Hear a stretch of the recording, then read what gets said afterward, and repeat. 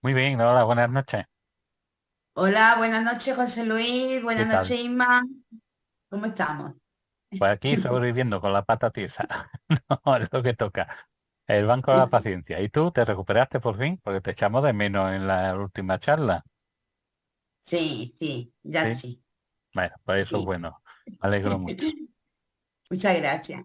Pues hoy vamos a hablar de una cosa que no había nada publicado, excepto el libro que yo hice, que se trata sobre un tema que aparece en todos los márgenes de los libros desde el siglo X hasta bien entrado el siglo XVI, incluso en la imaginaria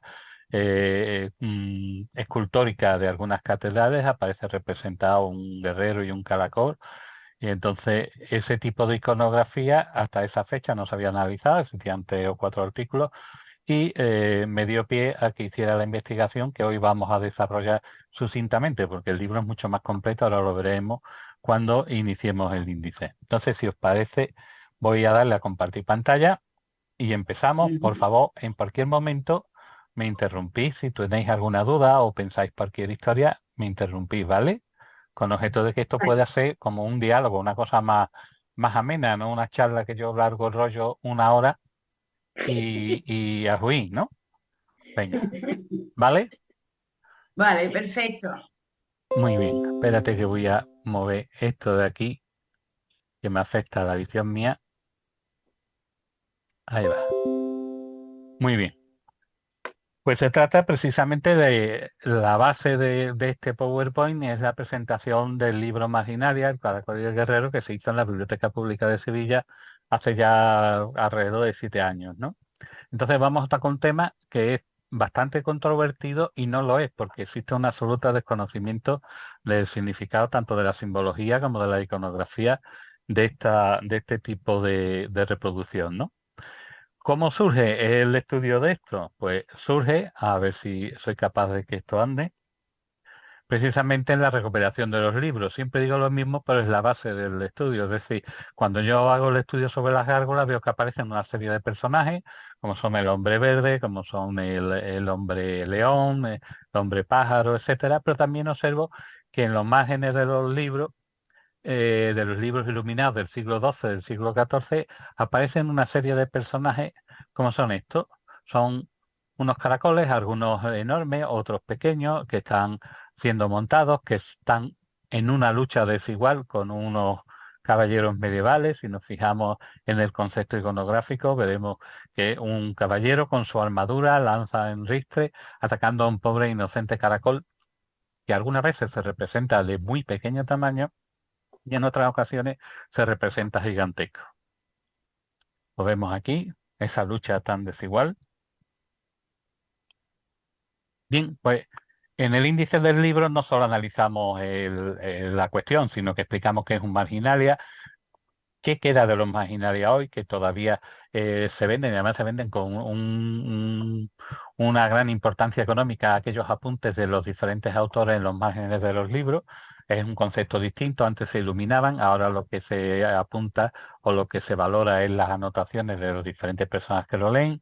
El caracol y el guerrero en los marginalia, la figura del caracol, la espiral como símbolo, que es importantísimo, pero se nos haría una presentación larguísima si empezáramos a hablar sobre la proporción áurea, sobre, en fin, que eso puede ser un tema para más adelante, es decir, explicar la proporción áurea y su aplicación en las diferentes ramas del saber, ¿no? Que va desde el movimiento que hace un halcón cuando va a caer sobre su presa, que hace una espiral áurea, hasta el DNI que nosotros portamos encima, que guarda una proporción áurea con respecto al número phi y demás.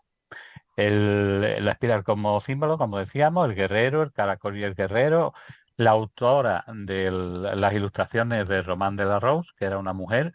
Veremos algunas imágenes que en otro tiempo hubiesen escandalizado, de las que es autora única y exclusivamente una mujer, que aquí no la citaremos muy de pasada, pero que en el libro se le dedica un capítulo bastante extenso con respecto al tema de las ilustraciones. Y ya las conclusiones, la bibliografía y una nota sobre mí, ¿no? Vemos un ejemplo en la estatuaria gargolaria, que figura en la Lonja de Valencia y otra de similares características como en la Catedral de Friburgo, en Alemania. Vemos la imagen del caracol. Esa imagen del caracol pertenece a la Sagrada Familia, que está llena de simbología también, allí en Barcelona, la Sagrada Familia de Gaudí, y que también es digna de hacerle algún día un estudio tan solo de las gárgolas que existen en el exterior, que son muy interesantes, ¿no? Vamos a la base. Existen diferentes explicaciones probables que plantean la posibilidad de que la lucha del caballero contra el caracol pudiera representar el intento de los campesinos para oponerse a una aristocracia opresiva, como por ejemplo también contra la figura de los trepadores, de los arribistas sociales, incluso un símbolo contra la sexualidad masculina. Lo vamos a ver, por ejemplo, aquí en el Salterio Burman, en Rutland, en Inglaterra. El primer intento por relacionar el caracol con una intensidad religiosa, con una interpretación de carácter religioso, data de mediados del siglo XIX, en concreto en 1850, donde el bibliófilo Conde de Bastar sugirió la teoría de la imagen del caracol que pretendía representar la resurrección, al descubrir dos moluscos representados en un salterio en la resurrección de Lázaro. Vemos aquí el ejemplo de uno de ellos.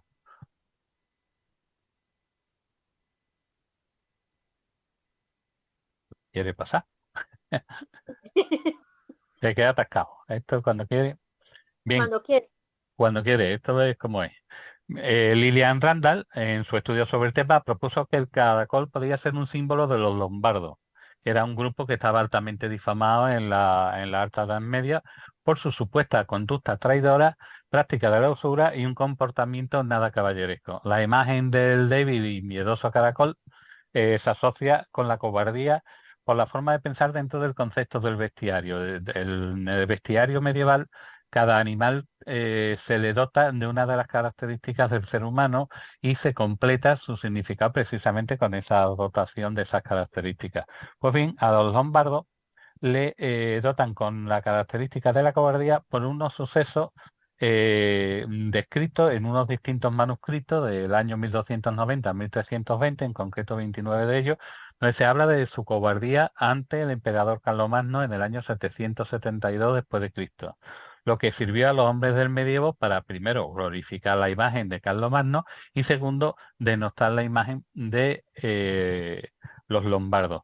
Pero claro, se narra un episodio muy concreto en estos manuscritos, en estos 29 manuscritos, en los que se describe que el ejército normando, una vez puesto enfrente al ejército de Carlomagno y viendo la potencia del ejército de Carlomagno, al salir de su tienda de campaña y ver la figura gloriosa del emperador, automáticamente salieron huyendo, tiraron las armas y salieron huyendo. De allí el tema de la cobardía. Pero también se le atribuye un episodio nada glorioso, pero que se describe y se describe con profusión, en el que se le atribuye a Carlos Magno que, y cito textualmente lo que dice el texto, entonces se metió mano a la braga, braga o bragueta, y le mostró su rábano. ¿Tiene tal pico vuestra gallina? A partir de ahí podemos entender que en algunos momentos, cuando hablemos a lo largo del PowerPoint de rábano o de otro tipo de imágenes como Vogel, pájaro, etcétera, vamos a hablar precisamente del sexo masculino, ¿no? Vemos aquí cómo se representa un lombardo en uno de los manuscritos de un libro de hora de Bruges, hecho en 1500, una representación de Carlomagno. Bien, la representación del caracol frente a un guerrero bien pertrechado que no puede establecerse con una cierta claridad, ya que un caballero, por muy de postura, de postureo que sea, no se arma con tal profusión de armamento, no va tan armado, tan cargado de armamento frente a alguien que no tenga valor, que no tenga coraje, que no sea un enemigo digno, ¿no? De ese coraje, de esa lucha. Entonces, este siempre aparece a lomos de un corcel y con lanza en ristre o armado hasta los dientes, ¿no? Que en muy raras ocasiones el caracol se presenta armado. Siempre se presenta un caracol normal, de pequeño tamaño, a veces de tamaño gigantesco, pero siempre se presenta desarmado. Y en las pocas ocasiones que se presenta armado, se presenta justamente con un alfanje. ¿eh? que es propio del sarraceno, del musulmán en aquellos tiempos. Debemos de pensar que estamos hablando de la Baja Edad Media, siglo XII, siglo XIII, parte de España era musulmana, etcétera, ¿no? Con lo cual, esa interpretación tan desigual y su relación nos puede dar idea del concepto cristiano de otras religiones y precisamente con esa tropa defensora, ¿no? Dotando al caracol precisamente de ese alfanje. Otra explicación posible que proponen diferentes autores es que quizá esta representación simbólica formara parte de una broma que ridiculizaba la caballería, que estaba fuertemente armada en la época y tenía muy mala fama entre el pueblo llano por las diferentes barbaridades que hacían en nombre del rey y en nombre de la cristiandad, ¿no? Y esas atrocidades, esos atropellos que los vemos hoy día muy actualmente con las guerras que hemos tenido en el siglo XX, pues precisamente esos atropellos hacía que el vulgo, el campesinado, se burlara de ellos. Y aquí vemos, por ejemplo, una representación de un caballero desnudo, porque la mayoría de estos caballeros tenían una imagen que nos lo pinta muy bien Cervantes, con sus diferentes caballeros de cierta nobleza y demás, que no tienen nada más que título y no tienen ni siquiera ropa para vestirse, pero sin embargo sí tienen para un caballo de pega. Y si nos fijamos, lo que está aquí representado en el fondo son cebollas, porque se planteaba que el caballero no tenía ni para comer, ¿no? Y en tal manera que el refranero popular medieval nos va a dar diferentes ejemplos que vamos a poder leer aquí, como por ejemplo, a lo que deba el hidalgo, échale un galgo. Bien de escudos y blasones, pero mal de pantalones. Comida de hidalgo, poca y manteles albos. Árboles buenos y buenos hidalgos, muy escasos y raros. En la mesa del hidalgo, pan corto y manteles largos. En la mesa del hidalgo, ruin, ningún oro y mucho orín. Gran hidalguía y la despensa vacía. Hidalgo que tiene galgo, ya tiene algo. Hidalgo sin galgo, no parece hidalgo. Hidalgos y galgos, secos y cuellilargos. Hidalgos y nabos, ralos. Hidalguía, hambre y fantasía. Hidalguía pelada, no vale nada. La comida del hidalgo, poca vianda y mantel largo. Eso lo repiten mucho. Humo de hidalguía, cabeza vana y bolsa vacía. Vemos aquí, por ejemplo, en la Catedral de Friburgo, un ejemplo de una hidalguía de pega, ¿no? Que se ve un caballero montado en el típico caballito con palos que todos hemos tenido de pequeño, al menos en mis tiempos. Ahora son videojuegos y son cosas más raras. Esta interpretación podría explicar por qué el caracol es tan frecuentemente visto como el antagonista de un caballero con armadura, pero no explica por qué el caballero siempre está en el lado perdedor, ¿no? Entonces esa imagen se hizo muy popular en los márgenes de Salterio, del Libro de Horas, de forma que la medievalista Lisa Spangenberg, en el artículo de la revista Smithsoniana, de título, y traduzco inmediatamente, que por qué los caballeros medievales siempre luchan con caracoles, defendía la teoría de que el caracol, luchando contra el caballero, puede tratar de recordar al lector que la muerte es algo inevitable, basándose en el Salmo 58 de la Biblia, que cito textualmente: que sean como el caracol que se disuelve según se arrastra, como los que nacen muertos que nunca ven el sol. Sin embargo, la revista Pateos, en el artículo Caracoles medievales guerreros, esboza otra teoría alternativa partiendo de este mismo salmo. En su opinión, el caracol simbolizaría un enemigo que no es tal, que es vencido, pero que sus cualidades como la lentitud, el no estar armado, obligan al caballero a embestir contra él sin descanso, una y otra vez, y acaba siendo derrotado precisamente por el agotamiento de no poder vencer al enemigo, pese que ya está vencido desde el principio. Vemos aquí una imagen de caballero a caballo contra caracol.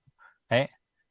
Pertenece al libro del Tesoro de Brunetto Latini y está hecho entre 1315 y 1325. Existe otra teoría más, que sería la lucha de sexos, ¿no?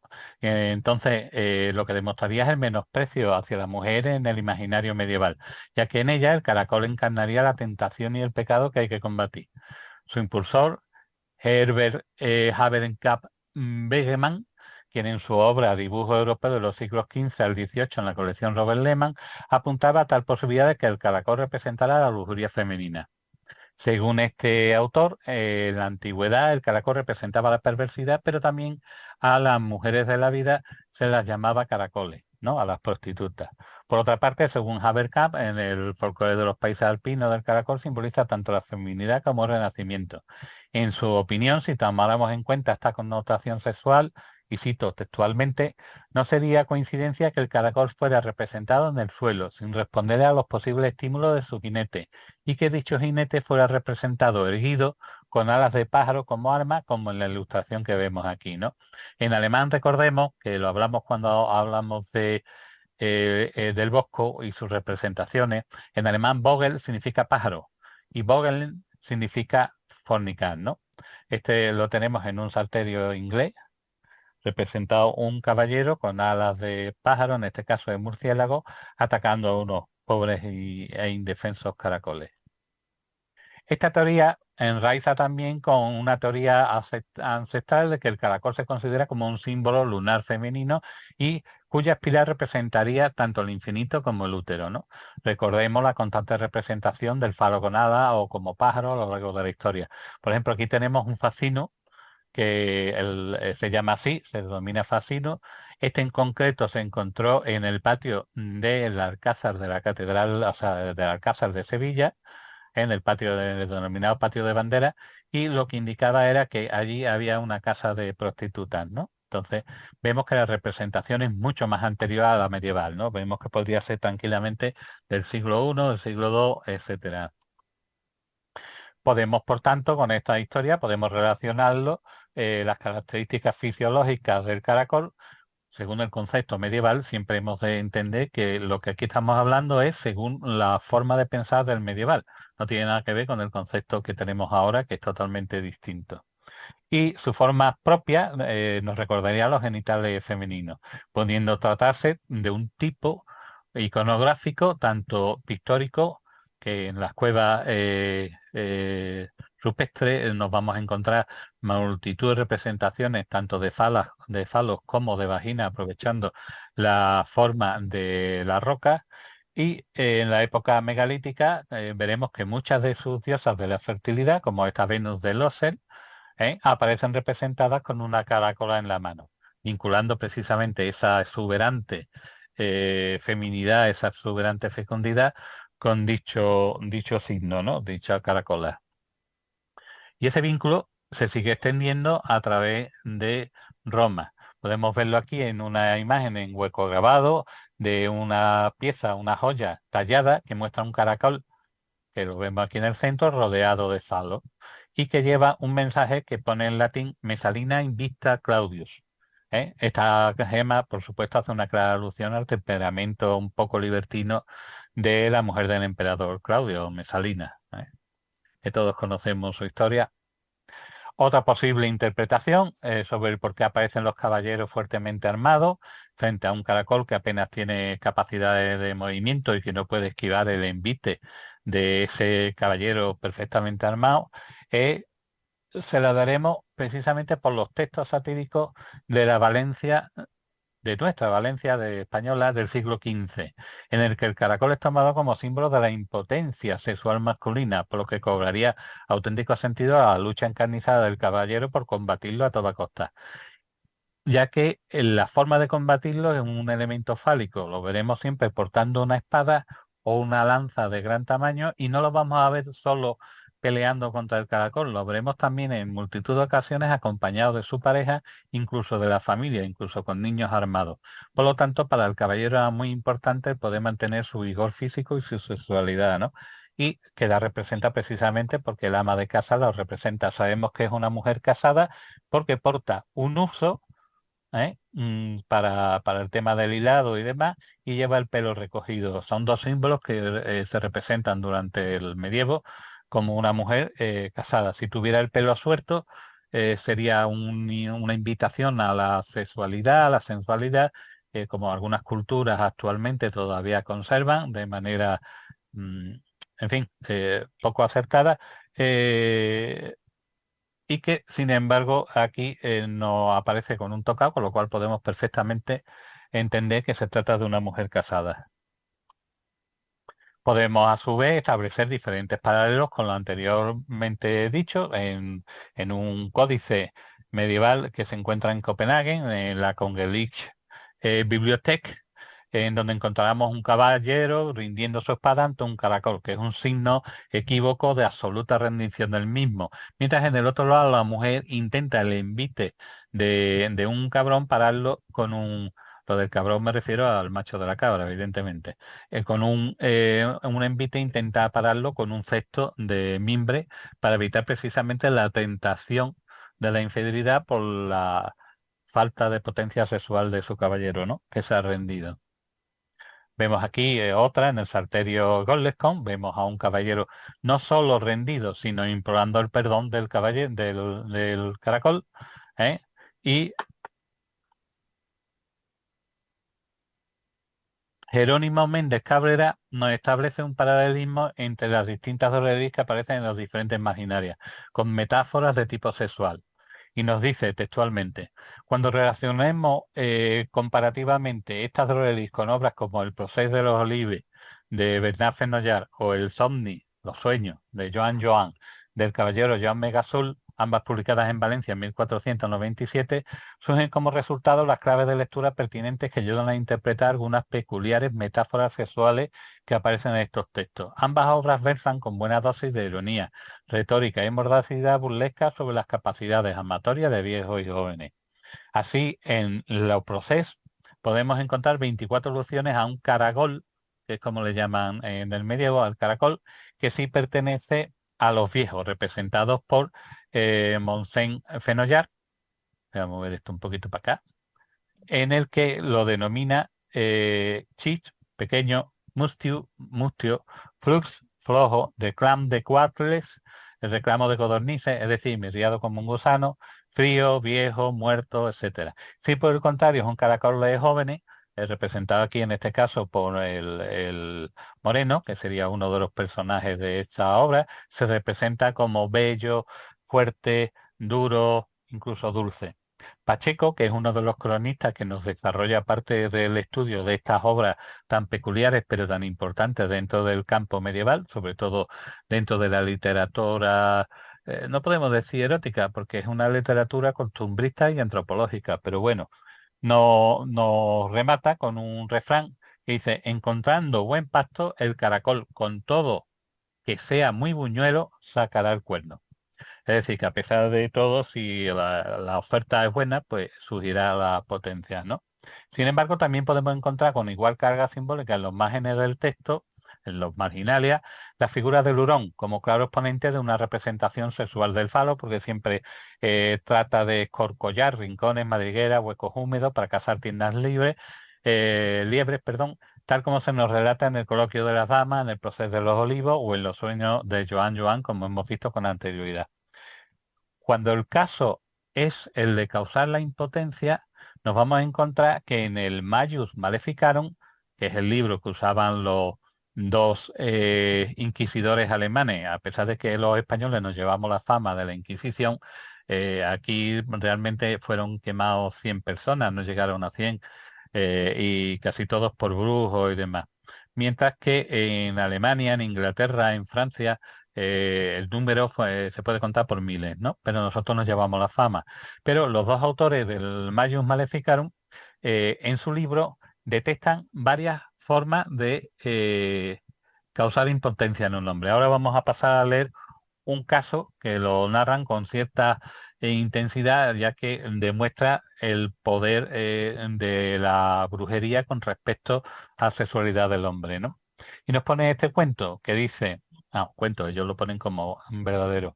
En la ciudad de Ratisbona, un joven mantenía relaciones con una muchacha. Cuando quiso abandonarla, perdió su miembro viril bajo los efectos de algún sortilegio, hasta el punto de no tocar ni ver más que una superficie aplastada. Angustiado por ello, se fue a una taberna para adquirir vino. Sentándose un momento, se puso a hablar con una mujer para contarle con detalle la causa de su tristeza, mostrándole lo que ocurría en su cuerpo. Astuta, ella le preguntó si sospechaba de alguna mujer. Él le dijo que sí y le dio el nombre de ella, contándole además que lo que le había pasado.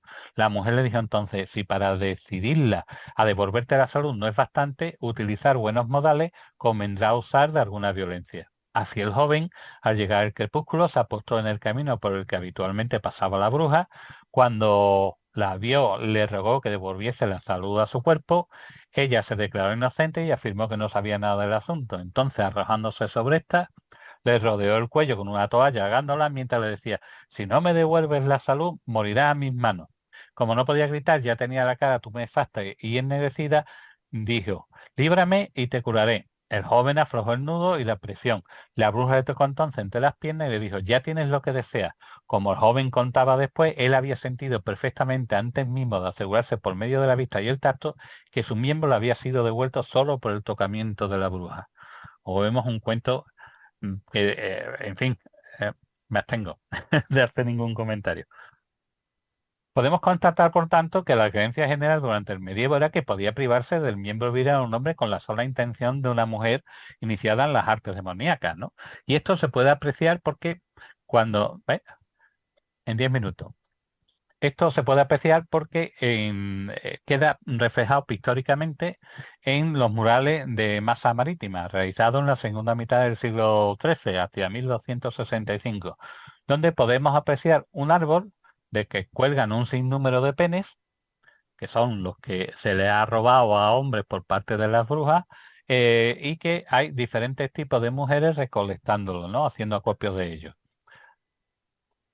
Como podemos ver aquí en el mural, se puede apreciar perfectamente lo que las figuras que están aquí, cómo los pájaros están revoloteando, cómo algunos de ellos mueven las ramas para que caigan y recolectarlo. Vemos aquí diferentes detalles.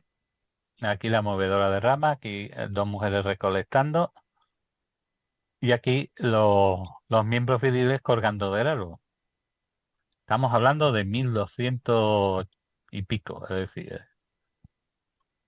como a su vez también vamos a poder apreciar en diferentes marginarias la recolección de los mismos por distintos colectivos, entre los que se incluía y de manera muy especial y muy constante miembros del clero y demás, ejerciendo una clara satírica sobre la función de los mismos.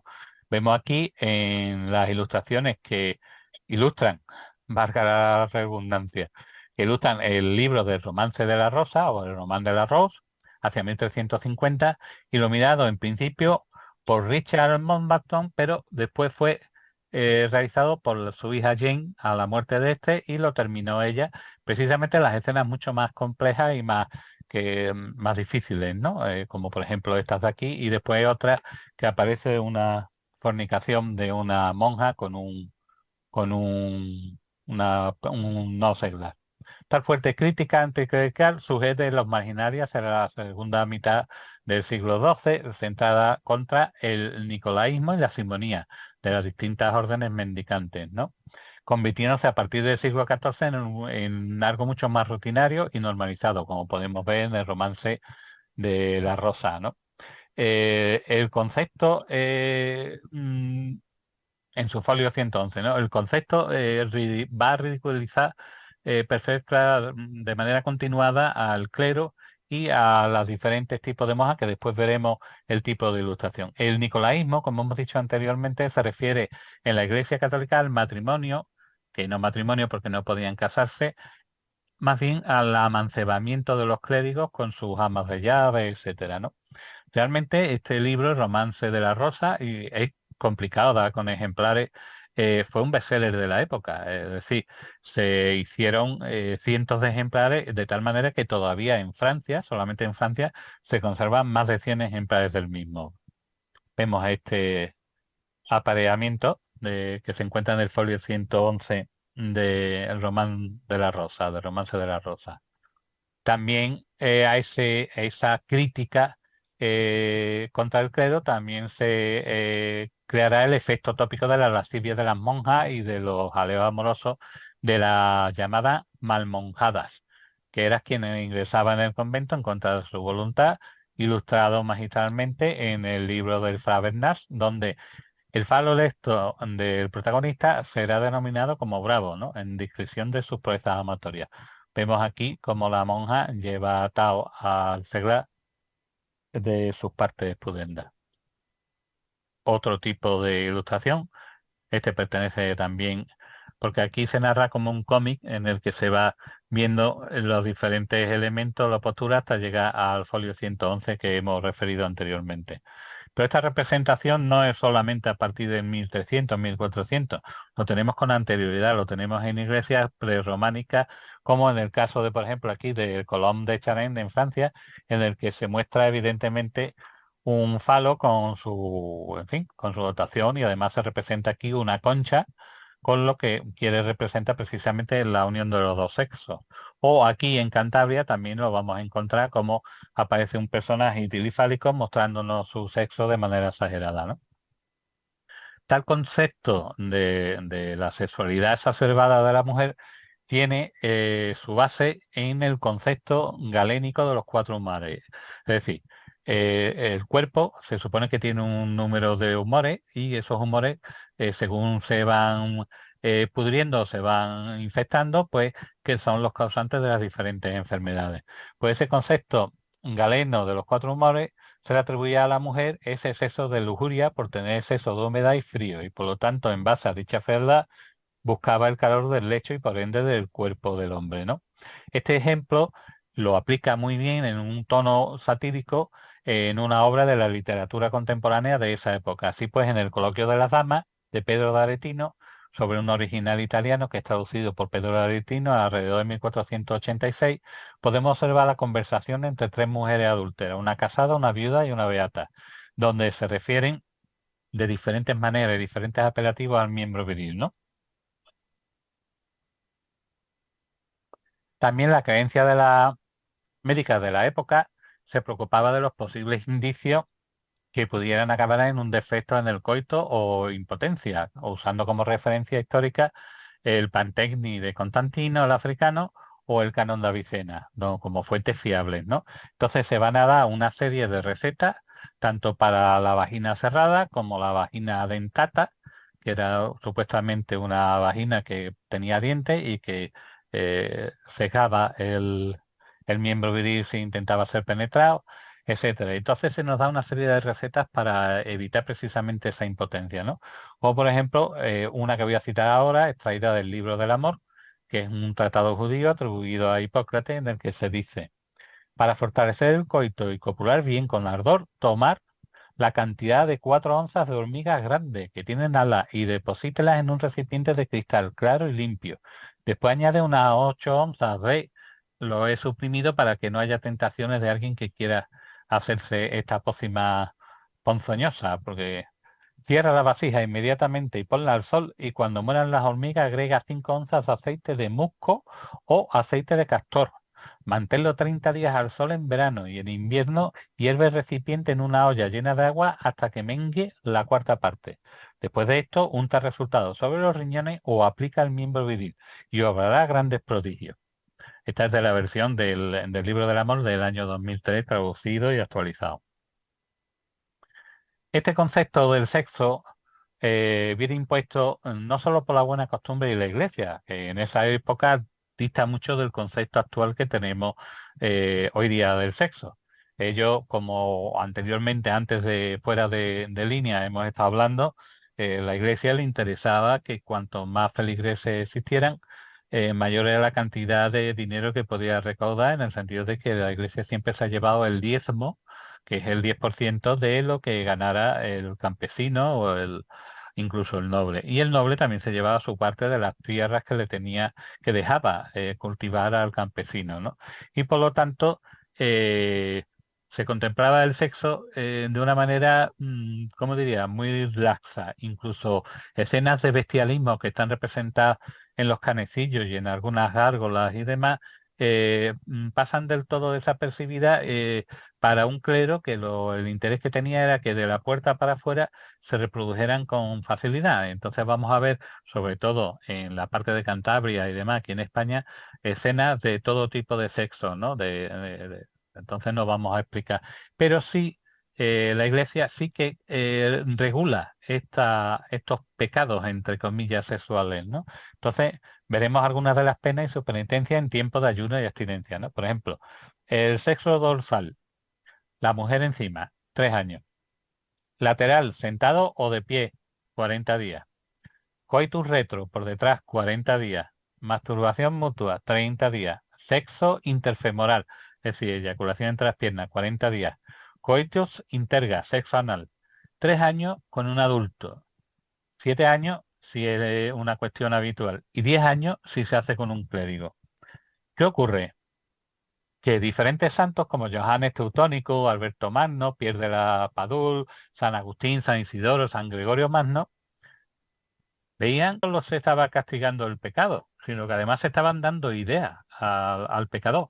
Porque claro, en aquellos momentos pensar en una monja como un objeto sexual o en un cura como un objeto sexual, realmente lo que hacía era abrir el repertorio de posibilidades con respecto al tema sexual, ¿no? Y entonces, bien, pues como estábamos diciendo hace un segundo, pues podemos ver precisamente cómo llegaron a la conclusión estos santos que había que establecer unas penas muy determinadas y que no había que hacer publicidad de los pecados, ya que podía fomentar la imaginación y ampliar la gama de posibilidades de pecar entre los feligreses, ¿no? A ver si quiere.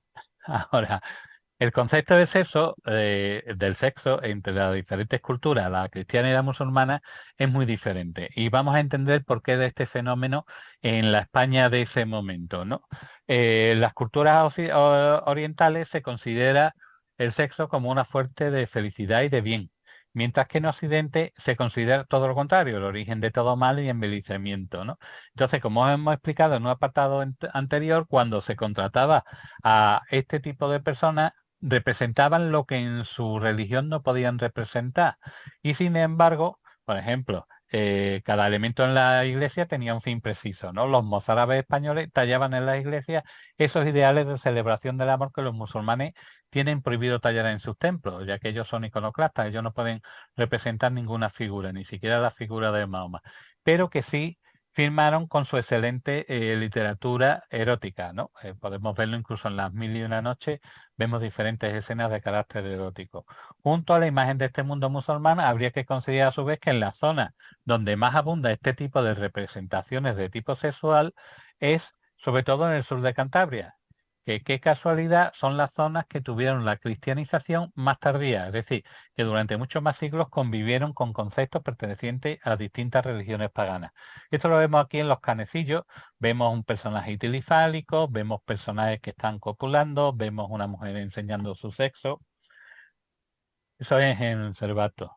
Entonces, las escenas sexuales que más se repiten suelen ser las de hombres itilifálicos, sean onanistas o bien de monos, también itilifálicos, haciendo una representación del hombre.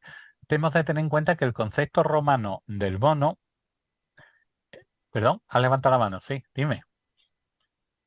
José Luis estilifálico, ¿qué es? Itilifálico es que se representa con el pene erecto.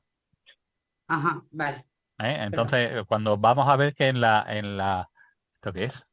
Ah, que ha acabado vamos a ver que justamente en las diferentes representaciones de tipo neorrománico y en multitud de esculturas aparecen casi siempre una serie de representaciones de personajes con el pene erecto. Incluso en los cuadros de Bruegel y del Bosco vamos a encontrarnos personajes como los tocadores de gaita que aparecen siempre con el pene erecto. Son representados de manera itilifárica. Incluso en las sillerías de coro vamos encontrando en multitud de sillerías de coro de las distintas catedrales de España muchos personajes itilifálicos, sobre todo en los pomos.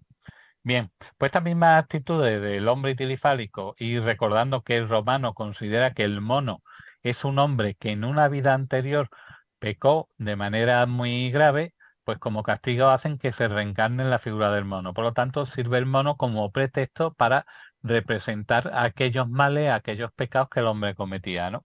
Y también nos vamos a encontrar mujeres mostrando su sexo, que además esta figura y otra que hemos visto anteriormente mostrando su falo electo, están justamente a la entrada de una catedral, es decir, están a ambos lados del pórtico.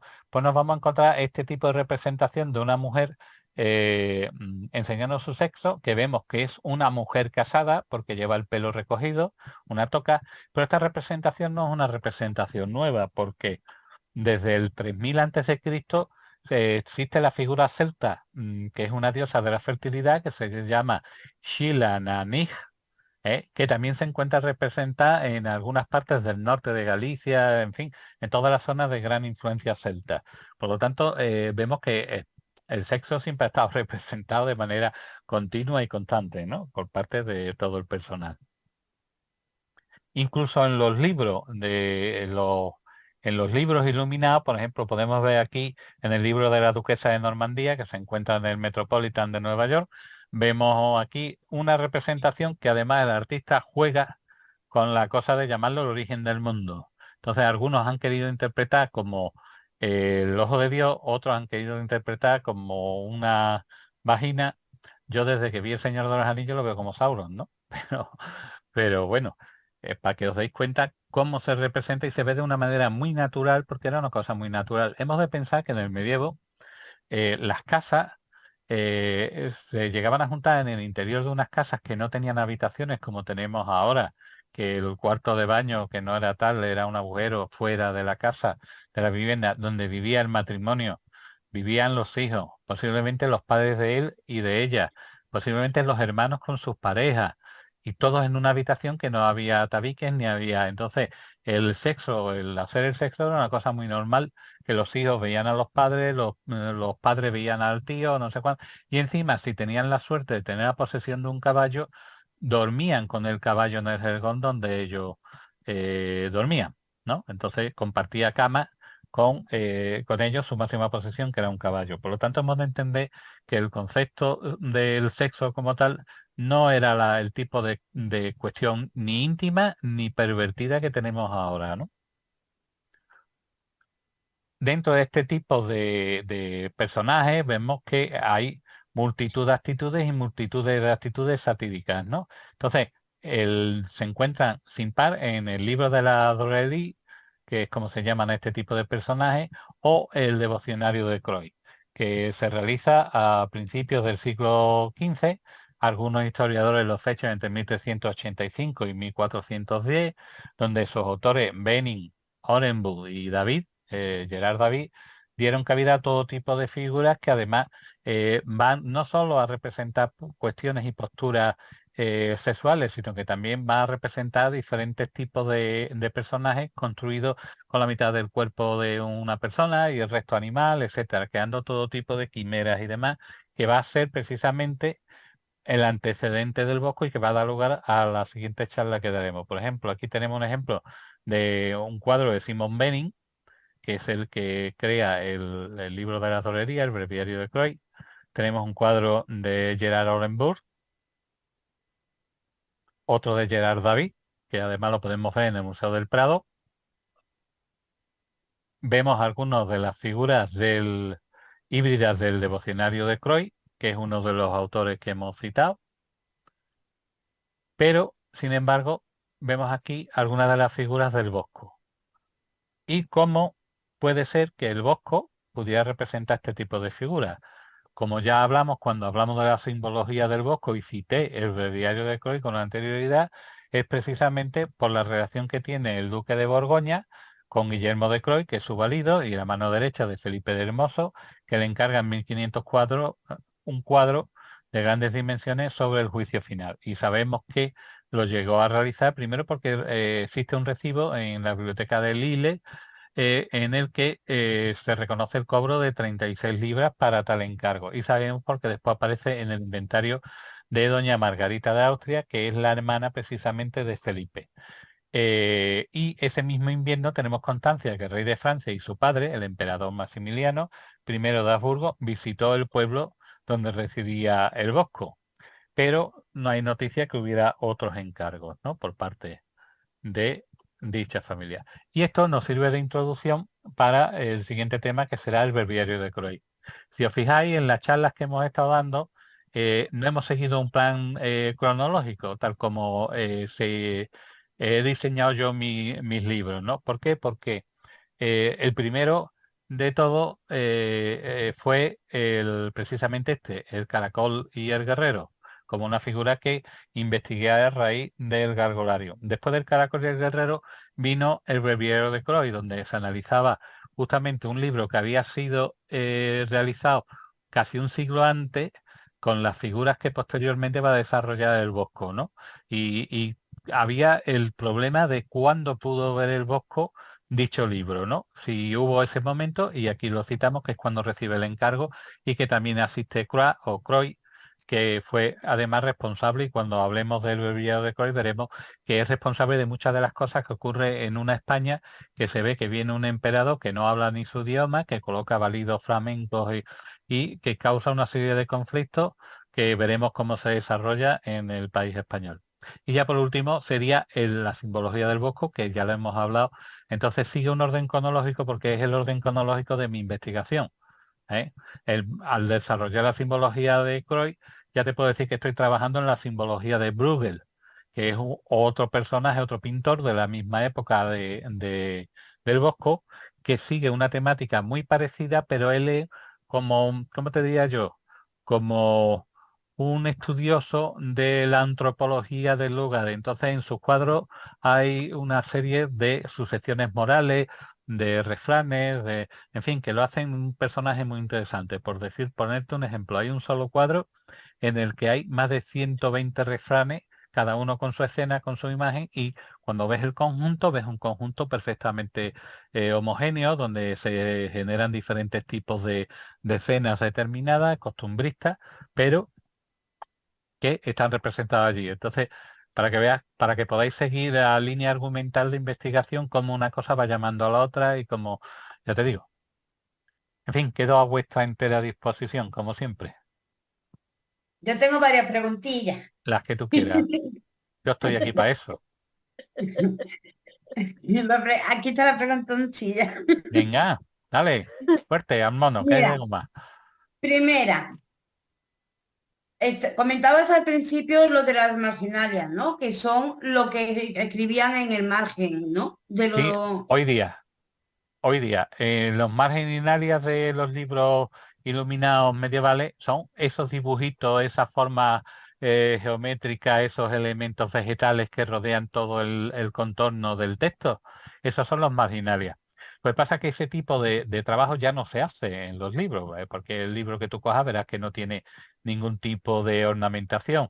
Y entonces hoy día, desde finales del siglo XIX, bueno, más bien casi desde la invención de la imprenta para adelante, finales del 18, principios del 19, se valora precisamente las anotaciones al margen de los libros.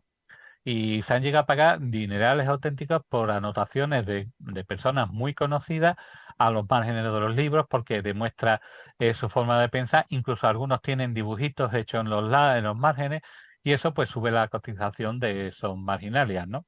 Eso en el libro del Caracol y el Guerrero explico lo que es un marginalia y cuál es su evolución, pero si queréis algún día damos una charla sobre eso, que es muy Sí, porque yo interesante. lo que quería, tenía la curiosidad de que las personas entonces, los mismos escritores no eran lo que hacían los dibujos y todo eso. No, Claro, me no, no, imagino no. que tenían sus ilustradores, En claro. efecto, no, es otra persona que, pero por ejemplo, tú imagínate que existiera un libro del siglo XVIII que tuviera anotaciones de Abraham Lincoln, pues eso valdría un dineral, ¿no?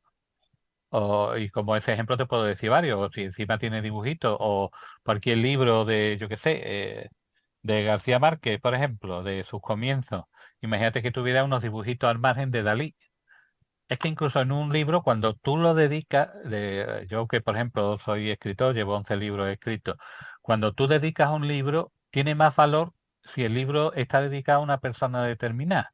Es decir, no para Manolo en señal de amistad, no, tiene que poner para Manolo García Domínguez en señal de amistad. Y entonces ese libro tiene mucha más importancia, porque si esa persona después se hace famosa, crea una serie de vínculos y se le sigue una serie de pistas que hace que tenga más valor. Simplemente, es una cuestión crematística. Como curiosidad, pues bueno, puede haber curiosidad de, por ejemplo, hay anotaciones al margen de un libro de Proust sobre libros de filosofía, hay anotaciones de Einstein, en fin, hay muchas anotaciones. Ya te digo, es muy curioso y además algunas son dibujitos de marcado carácter, algunos filosóficos, otros eróticos, en fin, ¿Y hay algún ilustrador que se haya hecho particularmente famoso? mucho. Eh, es que ilustradores cientos.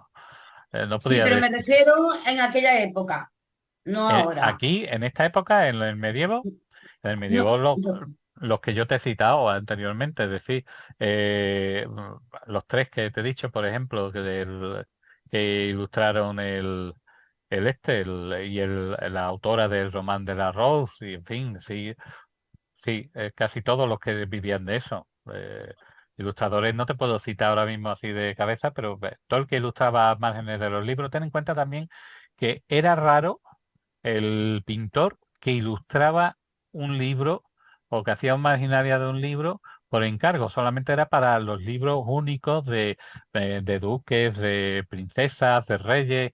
Las copias de los libros se hacían en los conventos, en los scriptorium, y ahí eran los monjes los que hacían los dibujitos.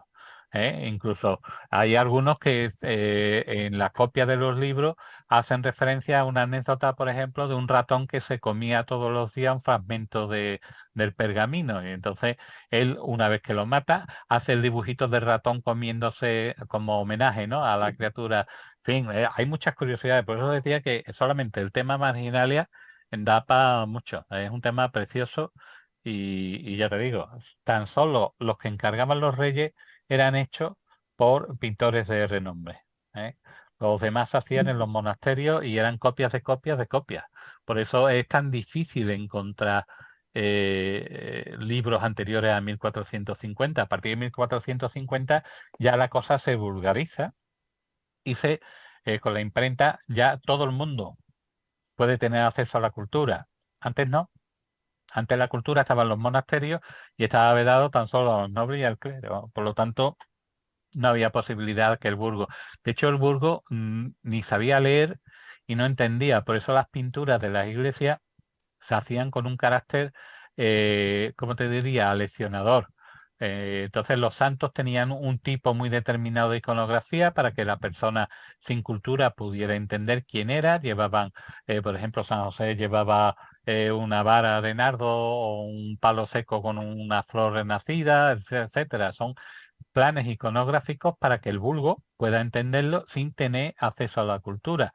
Después ya con el invento de la imprenta ya se vulgariza, por llamarlo de alguna manera, todo el mundo tiene acceso a la cultura y hay una cosa que es muy importante, sobre todo para los pintores como el Bosco o como pintores que son muy localistas, que precisamente la imprenta facilita la profusión de estampas, de impresiones. Y esas estampas hacen que gente como el Bosco, que no ha visto un drago canario en su vida, porque nunca salió tan solo una vez, fue a Venecia y no pasó por Canarias, evidentemente, pues que sepa cómo es un drago, de tal manera que lo representa en el Jardín de las Delicias, representa un drago milenario, ¿no? Y es porque lo copia de una estampa de un artista alemán. Entonces lo copia sin haberlo visto. Es más, la representación tan famosa de rinoceronte de Durero, no solo tiene una difusión mundial, todo el mundo como referencia utiliza el rinoceronte de Durero, pues Durero lo hizo sin haber visto un rinoceronte en su vida. Solamente lo hizo con las descripciones que le dijo un comercial de la figura que había visto precisamente en Portugal, y ese rinoceronte que había visto en Portugal era precisamente un regalo que le hacía el rey de Portugal al Papa, y que camino de Roma se hundió el barco y el Papa mandó que lo sacaran del fondo del mar. Y de hecho, si tú vas al Museo Vaticano, allí se conserva el cuerpo de ese rinoceronte, porque se disecó y allí está, ¿no? Que además, en un principio lo estuvieron buscando por la costa porque la leyenda es que el rinoceronte era muy violento y entonces Noé lo echó del arca, lo tiró por la borda. Y el rinoceronte durante todo el tiempo, los 40 días, los 40 noches, estuvo nadando detrás del arca y por eso tenían fama de buenos nadadores. Pero claro, este en concreto no pudo nadar porque estaba encadenado y entonces lo tuvieron que rescatar del fondo, y como un detalle que tuvo con el rey Manuel de Portugal, pues el Papa lo mandó disecar. Fíjate hasta dónde nos vamos. Más José preguntas. Luis, Dime. hay algo, a ver, diferencias como símbolo, simbólica entre el hurón y el caracol. cada uno tiene un valor No, determinado. verá, el hurón lo que se quiere representar es justamente una cuestión fálica. Y el caracol, por un lado, se le da la explicación femenina, la representación de la vulva femenina, pero por otro lado también se representa como el sexo masculino y la impotencia, ¿no? Y entonces, pues el caracol lo representa entre los cuernecillos que asoma, no asoma, que si se queda chiquitín y arrugado, que si crece, que si... Y el hurón es por el ansia que tiene de meterse en las madrigueras buscando los lugares húmedos para extraer a las tiernas liebres, ¿no? Debo recordar también que el término conejo también se utiliza para definir algunas otras cuestiones, ¿no? Ujú. Es que Otra cosa. los medievales eran muy calentorros, por decirlo de alguna manera. Más cosas. Vale. Que entonces, yo tengo puesto aquí, no sé por qué, dice, entonces su origen es en mediados del siglo XIX, El pero concepto, el concepto cristiano, ¿eh? sí, pero la imagen y la imagen que solía representar era a partir de la Edad Media. En efecto, es decir, las primeras representaciones de luchas del caracol y el guerrero son de 1230 por ahí. Y es una iconografía que se representa también en la escultura, como hemos visto en las gárgolas, se representa de diferentes maneras. Es una forma de mandar un mensaje. Ten en cuenta que sobre esto no hay nada escrito, es decir, hay 3 o 4 artículos que te los he citado en la presentación, era lo único que hay, no hay más nada. Entonces, hemos tenido que investigar de manera muy ardua para poder llegar a las diferentes conclusiones que en el libro se dan, ¿no? Pero que básicamente es eso, es una representación muy sexual de diferentes problemas. En el libro se dan muchas más pócimas para evitar la impotencia, se dan muchas más explicaciones, se explica el por qué se representa la forma de espiral, qué es lo que significa, por qué es la eternidad, por qué es el comienzo, por qué se representa con la sexualidad femenina. También lo relaciono con los pueblos mayas en el sentido de que cuando los niños nacen, le cuelgan, si es macho, le cuelgan una caracola de estas estiraditas, que son así como un pequeño cono, y si nace hembra, le colocan una concha en forma de espiral, para diferenciar los sexos. Y incluso también se usaba como forma de la armadura de los guerreros mayas, en fin, también tenía otro tipo de interpretación que desarrollo en el libro y que no he querido traer aquí porque ya me parecía excesivamente largo ya la presentación. Más cositas. Mm. Yo por mi parte Isma, ¿y ya tú? tenéis cuatro mentiras a contar. Que estás muy Todavía callada. está bien. Hombre, di algo. No, todo Hombre, algo. bien. No, yo sabía que la marginalia eran los de los márgenes. Eso Eso lo es. sabía. De ahí viene el nombre. Claro, de los márgenes también empieza con la primera inicial, es como Y la como letra, lo que se llama la letra gótica, que son, ahí también hay exactamente, representaciones de figuras, incluso hay representaciones de tipo sexual con las letras, es decir, por ejemplo, una A pues puede representar dos figuras desnudas haciendo cualquier posturas del coito, etcétera, ¿no? Entonces es muy interesante porque es que lo abarca todo. Y eso, precisamente esos marginales eh, forma parte de la investigación. Yo cuando estudio las gárgolas me doy cuenta que muchos personajes de las gárgolas están representados en los márgenes de los libros. Y sin embargo, ujú, algunas de los márgenes de los libros son muy anteriores a representaciones de la estatuaria gargolaria. Por lo tanto, es muy difícil saber el origen.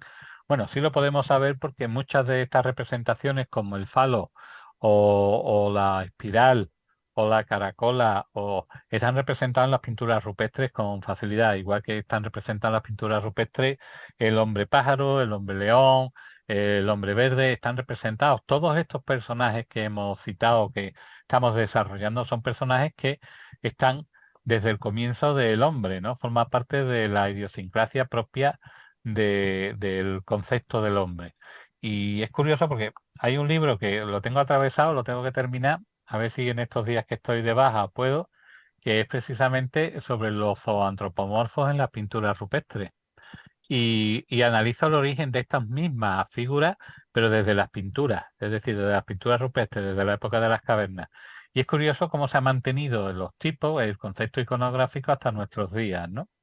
Entonces, es parte de la investigación, ya te digo, igual que me tira para adelante y me lleva a estudiar otro, también me tira para atrás y me lleva a ver el origen de estos personajes que nos acompañan desde que el hombre es hombre, porque dicen los científicos, no, el hombre es hombre desde que habla. Yo creo que no, que el hombre es hombre desde el momento en el que ve una escena, es capaz de asumirla, retenerla y representarla sobre el formato pared, incluso valiéndose del relieve de la pared para que con el juego del fuego de las antorchas parezca que tiene movimiento.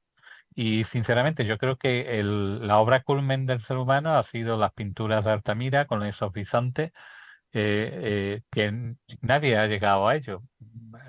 Ese esquematismo, esa captación del movimiento, esa simpleza de recursos, hace que sea una obra de arte más allá de todo lo discutible. Y sin embargo, no se valora como tal, ¿no? Se valora más el uso ¿cómo te diría yo?, del lenguaje o de la capacidad de cantar o de hacer instrumentos musicales, mucho más que ese concepto estético, artístico, de asimilar, de simplificar y de plasmar. Eso conlleva un proceso intelectivo muy importante. Entonces, yo cuando me dicen, ¿cuándo empieza el hombre empieza cuando pinta. Claro, yo soy pintor, hay que tirar del gremio. Pero bueno, venga, Eh, ¿alguna es cosa que más? no sabemos lo que tenemos en las pinturas de Altamira. No No, lo no, sabemos. no lo sabemos. Pero no solo en Claro. las pinturas de Altamira, hay muchas cuevas Todo. que además tienen una parte oculta que para los del misterio tiene una serie de personajes representados, algunos francamente horribles, pero que se puede ver su paralelismo con muchas de las cosas que se ven cuando despertamos en los sueños hipnopómpicos o hipnagógicos, de figuras que nosotros vemos cuando nos despertamos de manera y el cuerpo no tiene mucho que ver. Ahí están representados personajes negros, personajes sin rostro, personajes incluso con sombrero. Tú me cuentas un hombre primitivo donde ha visto un sombrero. Ni se le ocurría, vamos, y menos un sombrero de copa, y sin embargo están representados, ¿no? Entonces, coaliga el misterio con esa otra parte, ¿no? De la mente que es lo suficientemente integrante, ¿no? Por eso a mí cuando me dicen los del misterio, yo digo que no, que pertenezco al mundo académico, pero que no hay mayor misterio que la historia, ¿no? Y en eso podemos ver, pues, desde las construcciones megalíticas hasta lo que se representa en las cuevas y cómo se representa, ¿no? Interesante. Yo tengo Interesante. que decir que yo tengo, bueno, tengo una amiga, una íntima amiga mía, Ujú. que, bueno, ella tiene una tienda esotérica. La semana pasada, creo que fue, hace unos 10 días, me envió una foto de que tenía allí entre las cositas que vende, pues tenía el hombre verde. Mm. Una foto muy bonita que yo Sí, le, me lo enviaste la foto. que Claro, yo le envié a es que el José hombre Luis. verde es milenario, es decir, se supone, como ya vimos, que es hijo de Lilith, la primera mujer de Adán, y a partir de ahí es una fuerza de la naturaleza. Aquí no tiene apenas, en España tiene muy pocas repercusiones, excepto por el norte, la parte más celta de España. Aquí el último hombre verde que yo he podido localizar se encuentra los dos últimos en la Catedral de Sevilla, pero no pega el salto al norte de África. No lo pega, el por qué no lo sé, pero no lo pega. Y la verdad es que es curioso porque sus raíces son desde la India, pasa a las Islas Británicas, de Escocia a Irlanda, de Irlanda a Inglaterra, de Inglaterra salta a Francia y de Francia viene a España. Es una figura, para mi gusto, yo sigo dibujando hombres verdes y algún día ampliaré el libro, que la verdad me dio mucha alegría porque me dieron un premio por el libro, para un premio de investigación, pero he descubierto más cosas y me gustaría plasmarlo y, ¿sabes?, hacer una ampliación del libro. unas ciento y pico páginas sobre nuevas cosas que he descubierto, sobre nuevos orígenes anteriores incluso al concepto de las cabezas Kala de la India. En fin, es muy interesante. Lo que pasa es que cuando investiga se van abriendo puertas y abre una puerta creyendo que es la última y no, esa puerta da a otras tres puertas y entonces estamos jodidos. Eso es como el que empieza no para, ¿no? Esta amiga mía nos felicitaba, pero Mm, esta felicitación se la tengo que dar yo verdaderamente, no es para nosotros, verdaderamente para José Luis, mm, porque nos decía eso, de que estábamos tocando que ella le encantaba el hombre verde, que lo tenía allí entre el objeto que ella vendía, pero que el conocimiento, las cosas que había escuchado de hablar del hombre verde era súper poco y que no, nos daba la gracia. ujú. Ya te digo que esto yo se lo transmito a José Luis porque es él, esto es suyo. Por lo que bien que estábamos haciendo, porque estábamos dando a conocer cosas y conocimientos que no es tan fácil No, de no, no. tener, ni de llegarse Ya, de a él, ni nada. ya te digo, no hay nada escrito sobre el hombre verde, el único libro que hay es el mío. Y sí puedes encontrar en Amazon muchos libros sobre el del Green Man, pero son fotografías de hombres verdes. Nadie se pone a analizar el significado, las posibles raíces, etcétera. Si vas a mi estudio de pintura, pues podrás encontrarte como unos 18 o 19 hombres verdes colgados en la pared. ¿Eh? Pues yo también compro porque aquí en España es imposible encontrar figuras del hombre verde, pero en Inglaterra, en Hastings y en otros sitios como eso, no solo tiene el Día del Hombre Verde, como vimos en la presentación, sino que además venden figuritas, venden algunas de una manufactura bastante bonita, ¿no? Algunas policromadas, otras menos policromadas, etcétera. Y es muy interesante. La figura del hombre verde para mí ha sido un descubrimiento igual que lo del caracol y el guerrero y ahora estoy con el conejo asesino y con Bruegel, son los dos, pero estoy escribiendo el libro de la simbología de la Capilla Sixtina, o sea, estoy en 14 sitios a la vez. Por eso digo que tener la pata chula no, no ayuda. Pues yo soy una persona muy nerviosa, estoy siempre, cualquier información que me sea válida, tengo mis carpetas abiertas y pues tendré como para 30 o 40 libros más. No creo que me dé la vida porque ya estoy viejo, pero, en fin, seguiremos en la lucha, como es normal. Y para nosotros es un gran regalazo tenerte aquí con nosotros, José Luis. No, Que bueno, el ya, regalo es mío porque yo, mira, hace poco alguien me recriminó que grabara programas con una persona determinada, ¿no? Y yo no lo entiendo, es decir, no, es que Periquito es tal, no sé qué, a mí no me ha hecho nada y yo todo lo que sea comunicar el conocimiento, lo poco que yo sepa, entonces, que vosotros me ofrecierais la oportunidad, oye, yo encantado, pero igual que vosotros, cualquier persona que se me acerque y me diga, oye, José, tú puedes dar una charla de... Y yo encantado, si yo lo que quiero es dar a conocer las cosas. Tú fíjate, solamente con el tema de tu amiga, ya yo me voy satisfecho de lo del hombre verde, porque yo no estoy pendiente de la audiencia, ni se ve, si se ve mucho, se oye mucho, eso a mí no me importa. Pero con que una sola persona se preocupe de ese tema, pues ya significa que no ha caído en balde, ¿no? No ha quedado en baldío. Y todo lo que sea comunicar. Mi palabra siempre cuando me pregunta un periodista o ayer mismo que tuve una grabación con mi amigo Oscar Fábrega sobre el tema de la simbología del bosque, siempre digo la misma frase. Quien me quiere, me tiene. Ya no, sea de derecha, sea de izquierda, sea de arriba, sea de abajo, sea de al lado, yo no tengo ningún tipo de complejo en juntarme con cualquiera para hablar del conocimiento. Siempre para hablar de conocimiento. Para hablar de política me tienes que echar un lazo, porque soy muy extremista en el sentido de que no estoy conforme con nada de lo que está pasando. Pero bueno, y así estamos. Así que yo encantado de colaborar con vosotros. Espero que el año que viene sigamos en esta misma línea y ya está. Además que es un año que para mí va a ser maravilloso porque es el año que me jubilo, con lo cual dispondré de más tiempo para poder investigar, para poder dibujar, en fin, con lo cual tenéis moneda para rato. ya te tenemos, ya te sentimos un poquito nuestro, José Luis. Claro, hombre, claro que sí. Contad conmigo. Yo encantado.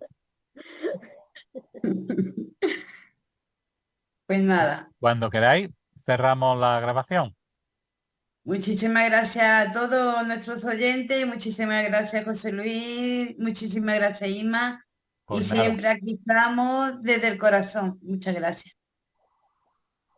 gracias a vosotras y por vuestra amabilidad y por contar siempre conmigo para que os dé el peñazo. Pero en fin, muchas gracias. Me alegro de veros. Gracias, gracias, gracias. Hasta luego. Chao. Adiós.